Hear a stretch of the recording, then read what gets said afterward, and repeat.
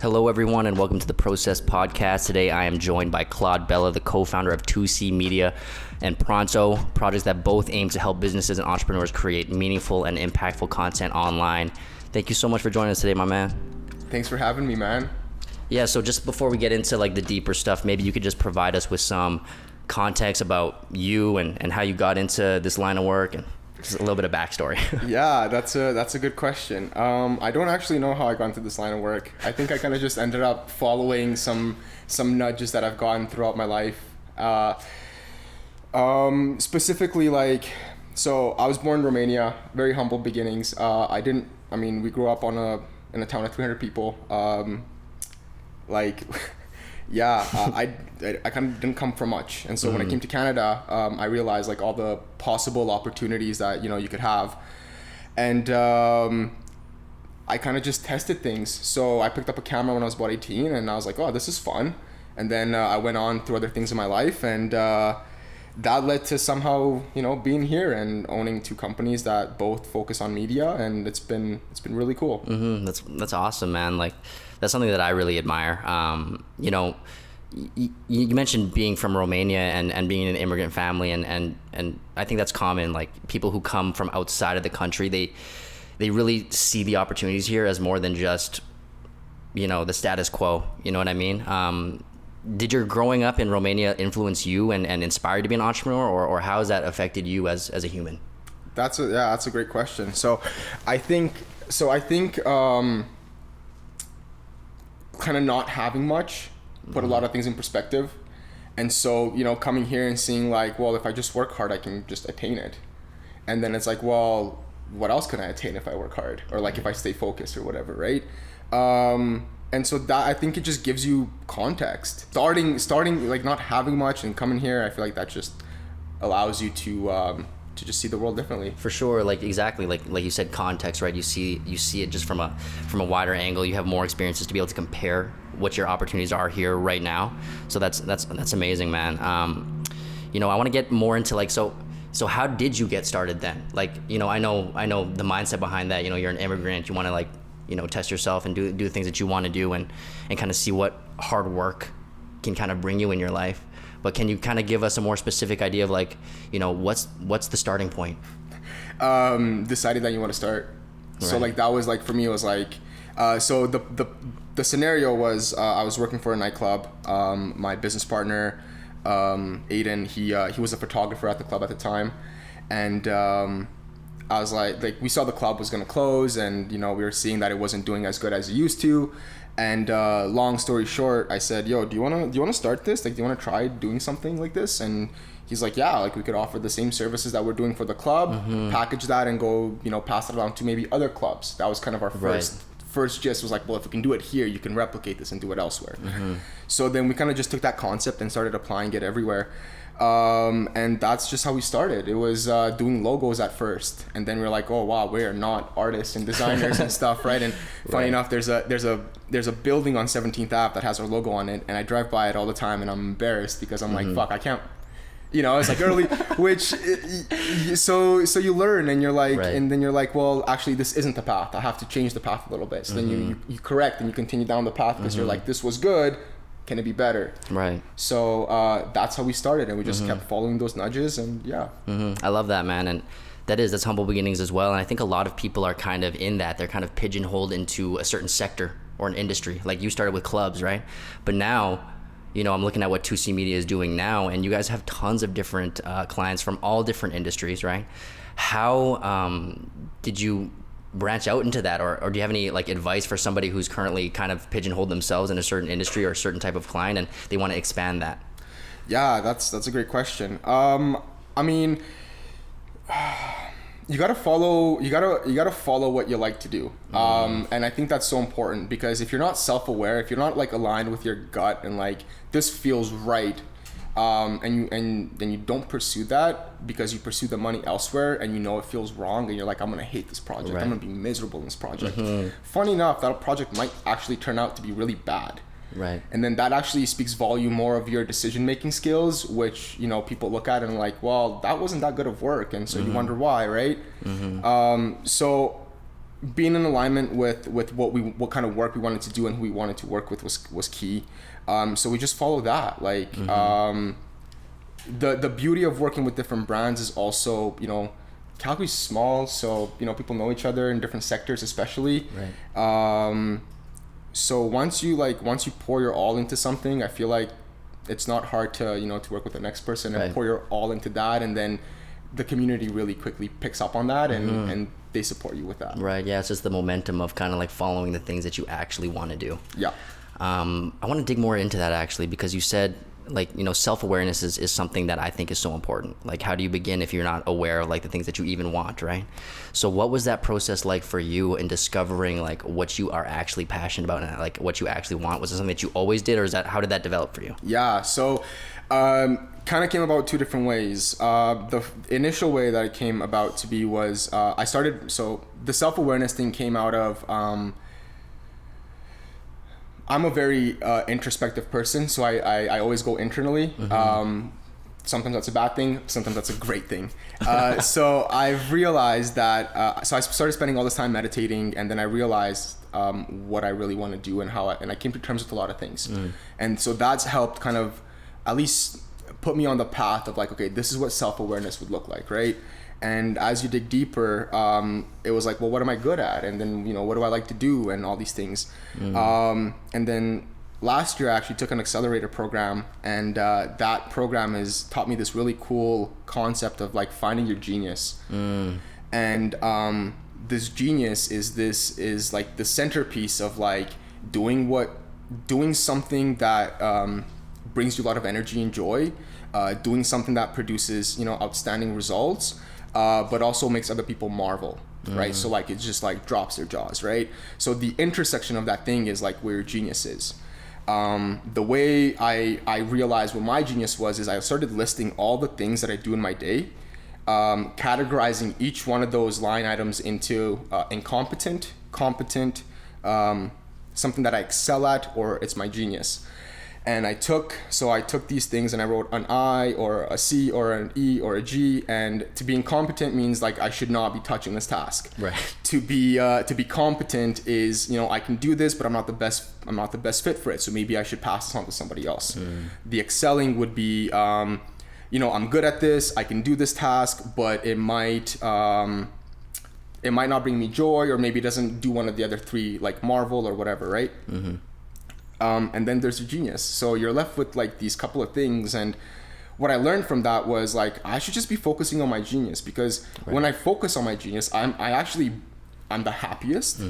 Everyone around me is happiest working with me. And I actually am able to provide value to these 100%. Individuals, right? So so since then I've just been focusing on that. So that's how my self-awareness has kind of. I love that.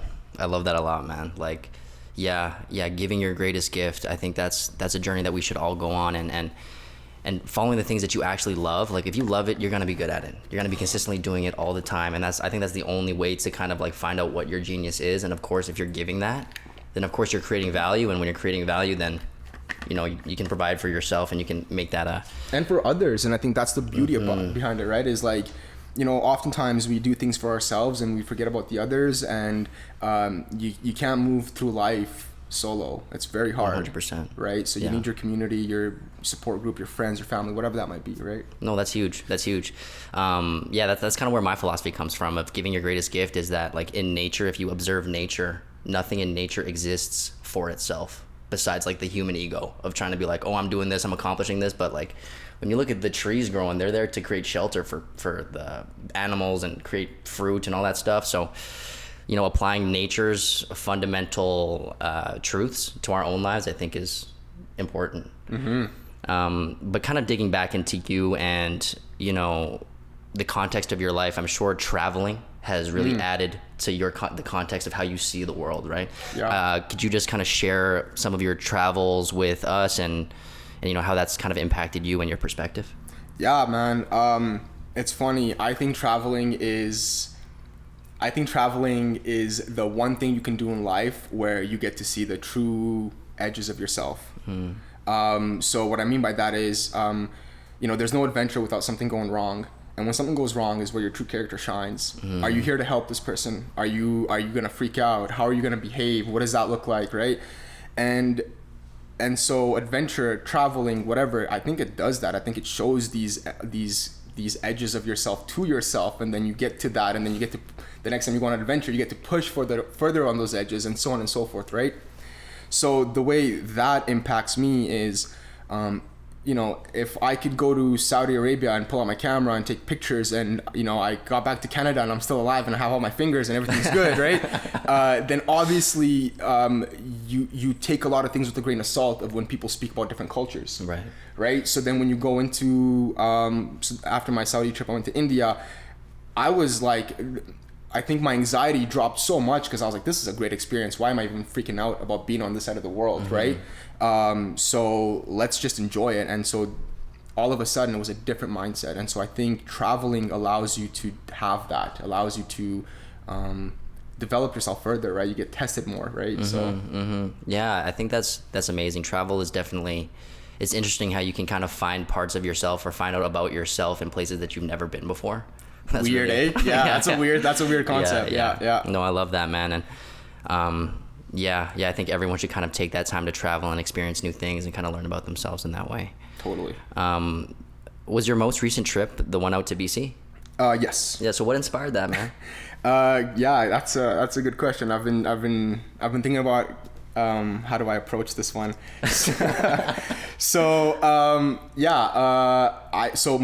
We started Pronto November last year, so literally about a year ago. About 6 months in, I was just exhausted from like the intensity of it, right? And so I was like, I just needed a break, and that was part of it. I was like, I need a vacation, so let me just go and respect that for myself. And then the other catalyst was that I got out of almost a 5-year relationship where we were living together, and there was a lot of entangling there, right? It was a super healthy breakup and all that, so that's fine. But 5 years living with somebody, like, life, 100%, right? I feel you, brother. I needed some space, and so I was like, well, where do I find myself again? Well, adventure is where I find myself again, right? So that's what I did. Is I went in and gave myself, I went and met myself at those edges, and I pushed myself further, and I got back from my trip. I like to really think so, a bit of a different human. Because what is going on in adventure if you come back the same? Right. So now I've started applying a lot of those things that I sat with and learning about and whatnot to my daily life. So that was about 4 months ago. And yeah, like I'm in a great space mentally. I'm healing from a lot of things, and that's what inspired that trip. I love that, man. Yeah, I love that so much, and I really do think that. It kind of goes back to what you said before, like the hardships in life kind of are the things that bring you to your edges and kind of bring you there. Like, man, I'm the same way, man. Like a lot of the things that I've been inspired to do the most, especially my music and stuff like that, has come from the hardest times. And I think that's one of the most beautiful things about art, is like transmuting whatever energy that is, even if it's negative or whatever, into something beautiful, like the photos you're taking or the content you're creating, right? So that's amazing, man. There's one thing that you said in there, like when you first started Pronto, and I want to get deeper into your what you're building. Sure. But you said you were just exhausted. You were going, like, you're redlining it, and I think that's that's very common for a lot of people pursuing their own path or being an entrepreneur. That hustle culture of just always grinding. How do you deal with that? Like, what's your perspective on that? What's your approach to balance and retaining your energy and staying consistent? Yeah. It's funny, man. I used to spend, like, I love Gary Vee. He's a great dude. Yeah. Fucking great guy. Some people hate him. But you know what? I love, I love Gary Vee. Yeah. And here's the funny thing is his message often gets misconstrued as like, never take a break. Right. It's like, that's not true, man. His message is, if you're bitching and moaning about where you are in life, fucking change your situation. Yes. Right? Now, if you're exhausted and you're not taking a break, well, fucking take a break. You deserve it. You again, self-awareness. Like, if you're not in alignment with that, and you're not making good decisions, you're probably miserable, nobody wants to be around you, like, and because you're that's where your mindset is, right? So give yourself a break, like go rest, like take that time. So, personal like personal life and like this work-life balance thing for me, it's a great morning routine. It's giving, like, I love to read. I just recently discovered this. I never read a book in university. And then I'm out of university and I've read like 30 books this year. And it's like, wow, I can't believe I'm proud of myself. So how do I give myself more of that education? Well, I only have time in the mornings. So I have to wake up early. I got to do my meditation. I got to do my routine, my yoga, make my coffee. And while I'm drinking my coffee, I'll take 2 hours there to read. So from like 7 to 9, I'm just chilling, right? And then I'll go into work and I'll be at work for 10. And then I'll start my day. And at that point, you know, I've had exercise, I've had a coffee, I'm in a good headspace, I've learned something. I can go into my work, you know, in a good state of mind.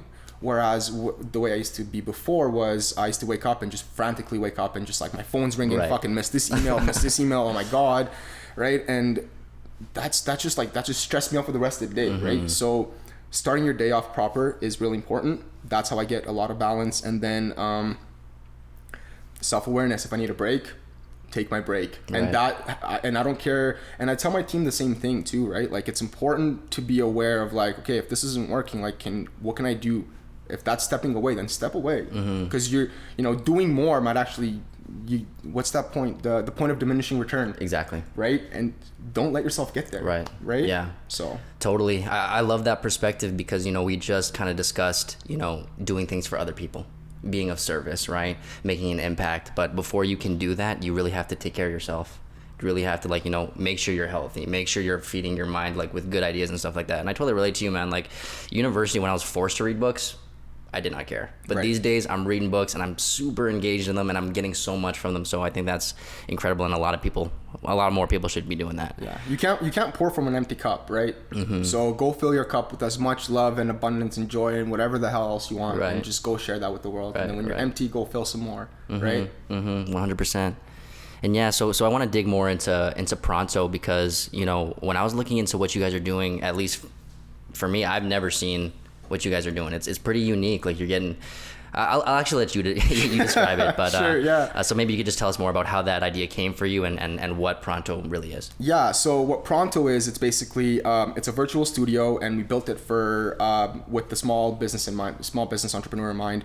Basically, it's a service for CPG products that don't have a big marketing team or a big budget or whatever.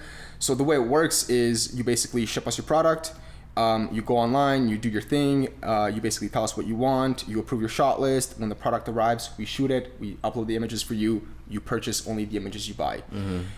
Normally as photographers, the way we used to do things is like, well, you'd pay us a flat monthly retainer and would come in for X amount every whatever frequency you wanted, right? But that doesn't always work because not everyone needs things every week or every 2 weeks or every month, right? So what we realized is businesses just want like an a la carte. Like, I just need 3 photos for today, man. Can I just get 3? It's like, yeah, you can. So we built this cool infrastructure for businesses to just, ship us product, tell us what they want, and just spend as much money as they want to spend on their marketing. It's a really cool, it's actually like an app, it's a web app. So that was really neat. Whereas like most of our businesses, well, all of our businesses before were just like service based. So you went from, you know, the service industry into like the tech industry, and that's a different beast. So building that was a lot of learning lessons, but that's kind of how Pronto works. Yeah, I love it. I love the concept, and I think it's super helpful, especially for those people in the very beginning of their process of becoming an entrepreneur or starting their business. Was there a certain reason why you didn't decide it, like, for it to be just another service provided by 2C Media and you wanted it to be its own entity? Yeah, it's because we've started as 2C, we've started kind of shifting directions a little bit and doing things more of a video production company, and so like the team's doing like longer format videos, so 5, 10, 15, 30 minute, right? Mini docs, that kind of stuff. And the team's getting joy out of that, so, which is great. So how do we service everyone else? Because we don't want to forget about them, right? The clients that have been with us. Well, we built this with them in mind. Now, are they the right clientele? Hopefully, maybe not. But there is a fit in the market for e-commerce brands. And, you know, with COVID kind of making the world digital, you don't really have a choice but to go online, right? So so that's what we did, is we went where the market's going, and the market's going online. So we said, let's build this whole thing on the internet, and that way people can access it from wherever. We don't actually have to be physically in Calgary. We can have a studio in Toronto. We can have whatever, and the service would be the same throughout, right? You kind of have that good quality control. So yeah, that's kind of how it came to be. Awesome. And yeah, you spoke a little bit about how like ideas begin by finding your genius or doing the things that you really love to do.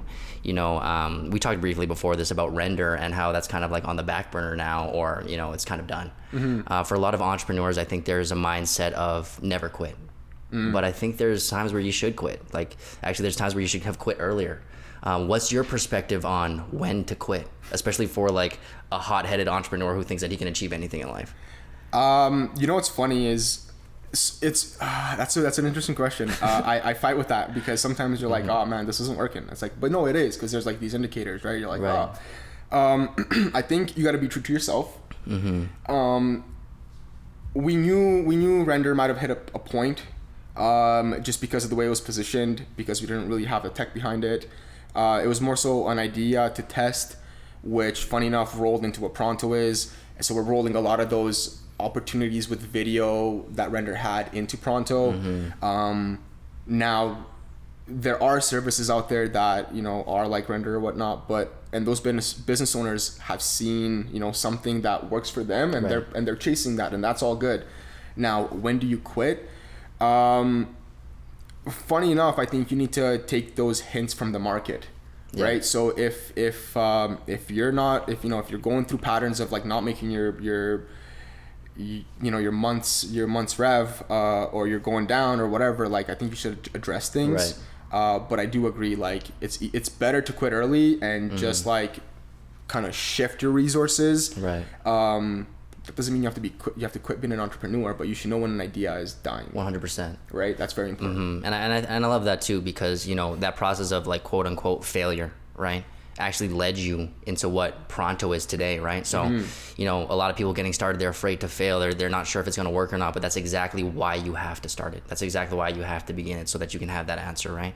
And funny enough, I don't even think there's such thing as failure, man. Like, I think people need to like remove that concept out of their minds, right? Now, did you not achieve your goal? Yes. Did you, maybe not, did you maybe let some people down? Sure.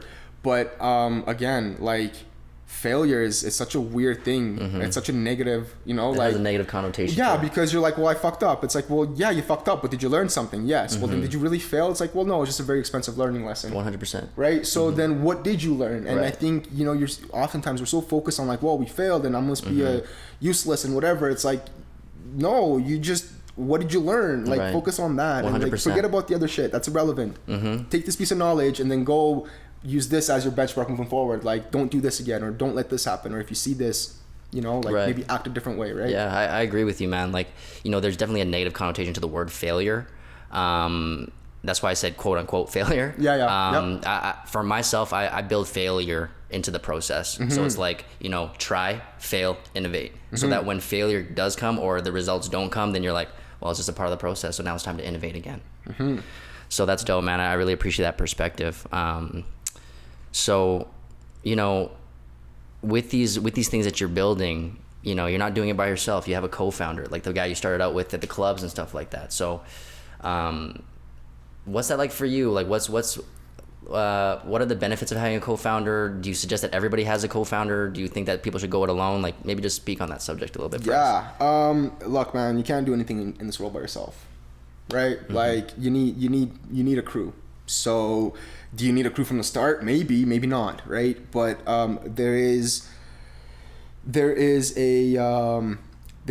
idea of some of the best companies in the world, some of the most successful companies in the world had 3 co-founders. One of them is a numbers guy, one of them is an ops guy, and one of them is a creative guy, right? And that's because everyone kind of is able to bring something different to the party. And so, and that, like, I mean, this is actually like a thing. So if you can find that and you don't have to give a piece of your company away, great. If you want to start a project and you need these people to help you, awesome. You should do it wholeheartedly, with the right people. Now, be careful who you take on as a co-founder. Right. That's very important, because You know, just because someone is a friend or just because someone that you think is a fit might not actually be a fit, right? You got to see how are they in the worst of times? What happens when, you know, you put your house on the line and you're like, yeah, I'm betting on this whole space and this thing is going to work, and I'll put my mortgage on the line and whatever. And this individual doesn't believe in it, and they won't try as hard, and you're going to get mad at this person, and he might be your best friend. What happens in that situation, right? So it's important to really address, like, it's not, starting a business is not fun. Like, it's not fun in games as people think. Like, the journey itself is rewarding and you get joy from that, and that's fun. Right. But it's a lot of work. And so, you know, find people that love to work, because it's going to be a hell of a journey. For sure. Yeah. For sure. Yeah, that saying, right? Like, if you want to go fast, go alone. But if you want to go far, go together. I think that rings true. But definitely, like, the people you surround yourself with, especially in business, is key. So I appreciate you sharing that insight. I want to kind of get more into social media and digital marketing. So obviously that world can sometimes seem super daunting to the regular person. Some people think that it's just like random virality, while other people are really focusing on gaming and algorithm. What is your approach to it? And maybe you just tell us more about like scroll stopping content, like, and the principles behind that. Yeah. Funny enough, I don't have an approach, but I think there's something there. I think there's something in the game, in the social game, in the social media game, that is about being social, right? And people forget that everyone's like, oh, the algorithm. It's like, who gives a fuck, right? Like, why does it matter about the algorithm, first of all? And then why does it matter that people are following you? Like, do you want them to follow you because they like you, or do you want them to just follow you? Right? One is not the other, right? And I think people forget that what they really are looking for is like genuine belonging and things like that, and you find that by being real and vulnerable and, like, you know, making your own community or whatever the fuck, right? Showing the authenticity of life, right? So I think that is actually the truth to social media, and I think that's why guys like Gary Vee and all these guys win, is because they're just like, I don't give a fuck if you like me, this is me, right? And they give value to their community, right? Whereas there's people that are like, oh, the algorithm's changed again and I'm getting shadow banned. It's like, well, maybe it's because all you're posting is inconsistent, not on brand, not offering value, always asking, you know, never giving. So yeah, I don't know if there's like a one size fits all. I think there's like elements, and if you follow this, you might be able to apply these techniques to whoever your audience is, and engage with them in a way that's meaningful to them. Because again, it's about serving others. So you need to kind of, you know, right? I love that. And I love how it always comes back full circle into serving others, because you're right. Like, if for whoever it is, whether you're the marketing professional going back to your supervisor wanting those numbers or whatever, that's all ego. You know what I mean? I want to have this many followers on my Instagram or whatever. It's like, no, who are you really serving? What value are you bringing to the table? What impact are you making? How are you serving the community that you're trying to be a part of? So I think that's an important insight for a lot of people, just chasing an algorithm or some numbers, right? Actually providing value for the audience that you're catering to, rather than just like posting random stuff like an update about your company. Like, I've seen a lot of PR companies just being like, how do we let everybody know how awesome we're doing? And it's like that nobody cares. No one gives a shit, right? Nobody cares. Yeah. Like, help me do a PR campaign without any money. What is the best way? Like, put out content like that. 100%. Right? That's straight up, man. No, I love that. I love that. And I guess just relating to that, for somebody who is passionate about marketing, who is passionate about putting communities together, who does want to begin this journey for themselves, like, you know, at least the people I speak to, and even myself at many moments in time, there's like imposter syndrome, you know? Never goes away. Yeah. So how do you deal with that imposter syndrome? Like, it just never goes away. Like this, dude, like straight up, man. I was, it's funny. I was asked to do a talk once at a conference, at the library here. And, I butchered it. Like, it was so bad, man. And here's the funny thing is, it's not like I didn't prep for it, because I prepped, and like my ideas of what I wanted to say, like this was some like really good shit. Right. But I just couldn't deliver, and I was like, and I kept thinking, I'm like, man, am I like, what's going on? Like, why is this? And it's like, and I kept dealing with that imposter syndrome. Like, I don't think I can do this. Like, I don't think they should listen to me. Like, someone else can offer way more insight, right? So it never goes away. I think you just have to just come to terms with it. Like, you know, we're human, man. And, Right. and if you get judged, like, brush it off and move on. 100%. People, I think, and it's funny, I think as you grow older, you realize how little attention you should pay to others, and how much you should just pay attention to your own shit. 100%. And focus on watering your grass and not worrying about the other grasses, like whether, you know, they have piss stains or not, right? So, yeah, I mean, meditation brings a sense of peace. With that comes, you know, maybe a bit more confidence, self-awareness, the same thing. Like, yeah. Yeah, I think that's a great insight, and even like just to build on that, like it never goes away. So you might as well get acquainted with it, right? Yep. Continue to put yourself in positions and situations where you feel like, am I even qualified to do this? And just do it anyway. And just get comfortable with that, right? The vulnerabilities, man, they test you, and that's where you grow. Like, you don't grow sitting on the couch watching Netflix. You grow, like, whatever, going for a run, or like in the cold. Like 100%. When it's minus 40, right? Like, that's when you like really get to test your boundaries. Yeah, so for those people like saying fuck you to imposter syndrome and going for it, a lot, like, this is the conversations that I have with people currently trying to get in there is, you know, how much do I charge? You know, that's related to imposter syndrome just in the way like, you know, am I good enough to charge this much? Like, what's your insight on that? It's funny. I have some insights on that because I'm launching a print shop. Okay. And part of that was like, well, what do I charge for my prints? Right? Like, how much? Like, what's reasonable? So I started looking at like the people that I look up to and what they charge, and I was like, oh, I can't do that. Right. It's like, well, why the fuck can't I? Right? Like, why not? Like, would my immediate friends buy it? Well, maybe not. But maybe this isn't for my immediate friends. Maybe, you know. But I think you gotta know your worth, man. Yep. And the way you know your worth is by going out there and giving people everything you possibly can and getting a taste of like what that might look like. So if your prices are too low, you'll know because you're gonna constantly get booked. If your prices are too high, you know because you're never gonna get booked. Right. Find that happy medium where you feel comfortable charging this. You know that you're gonna do a hell of a job, and you're gonna walk out of there with this idea of like, I feel good about this, the client's happy about this, and I left a little bit of money on the table, but I still got taken care of. Right. I think that's kind of it. Yeah. Yeah, that's great. I love that, man. And you've dropped so many gems for us today already. Like, I've learned a ton from you. But do you have any like encouragement for the creative or the entrepreneur in general, just to kind of like leave them with something that, you know, inspire them, man? Inspire them? I mean, okay, and it's funny, I think they're gonna hate me after this one, but I think people gotta lose their sense of entitlement.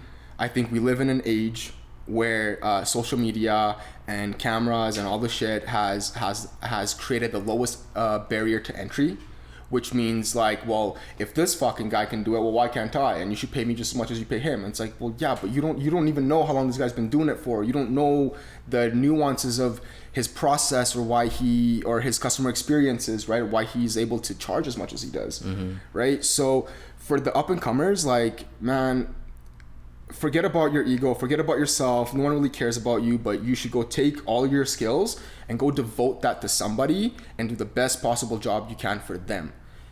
And then you should ask them for a favor and ask them to pass you along to anyone who thinks they would benefit from your services, and rinse and repeat. Because giving it your all and like leaving it all on the line, it doesn't matter whether they hire you back, but at least you know in your heart of hearts that this is your truth. Like, you gave it your all, they're gonna be happy with it. And if they're not, then you're happy with it because you gave it your all, right? 100%. That's something that I believe in. Like, as long as you try your best, it's really hard to be hard on yourself after. Because like, how could you do better than your best? It's pretty unreasonable. Yeah, that's like totally right. And so like, there's, you know, it's funny, man. We take a lot of interns from a university in town, and I love bringing these kids in and showing them the realities of it. But everyone's so entitled. Like, people think that they deserve a job after the internship, and it's like, well, you don't, because you half-assed it. And I can see that, because if you had really done it, then when I asked you whether or not you think this is good, you wouldn't have hesitated. You'd have been like, this is the best thing I could ever fucking do, Claude. I'm sorry, man, I can't do any better. What do you want from me? Right? Because 100%. when you get like, right? So when you're sitting there, you're like, I could have done better. It's like, well, then you don't need people like that in your crew, especially when it comes to business. You need people that want to work hard, move the needle forward, If you're exhausted, take a break, Right. etc. Yeah. Yeah, and I think that comes back to finding your genius. If that's the approach you're taking to your work and you're saying it's good enough, then I don't think you love it enough, man. I don't think that's really what your greatest gift is, and maybe you should just keep looking and exploring yourself and getting more into that self-awareness, right? Yeah. So to those up and coming, like, you know, don't give up. Like, you know, shit's hard, but, you know, rolling through the punches, that's how you really get there. Yeah. Yeah, man. Awesome. Well, on that note, where can people connect with you? Where can people find you? You can find me on Instagram at still Claude. You can find me on my website at stillclaude.com. Twitter, Claude_Bella, 2C at 2C Made It on Instagram, and at Shoot Pronto on Instagram. Any one of those, you can reach out to me. Someone will be like, Claude, this is for you. Awesome. Thank you so much for taking the time today, brother. Thanks for having me. This is great. Awesome. Sweet. Thanks.